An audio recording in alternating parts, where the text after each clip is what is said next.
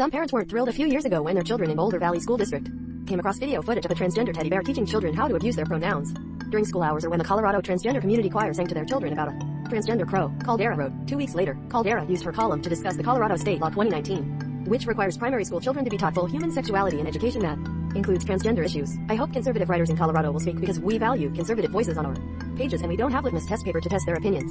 Schrader said. 3. He said the Associated Press Style Guide, which is used by several publications, has become an advertising guide on the topic because of a recent saying about the language that can be used to refer to transsexuals. This courtesy means they may complain a little about new PD rules or comprehensive human sexuality education for Colorado primary school students, but generally they accept it in the hope that the problem will go away.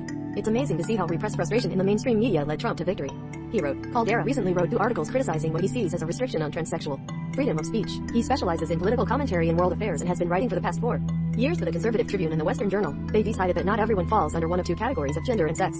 Caldara wrote. The editor of Caldara, Mr. Schrader, didn't say if it was Caldara's language about the transsexuals who fired him, but only if he was really fired. I'm writing the job description now to fill his position, he said in an email to Free Beacon in Washington. And yes, it is. Caldara said. Caldara was an advocate of LGBT rights, he said, but he refuses to use sexual pronunciations that differ from the biological sex. First of all, they talk about going back to politics, which almost always means that when they act crazy, there's a smile on their face to torture Bill Kristol and then politely try to explain why they don't see it that way.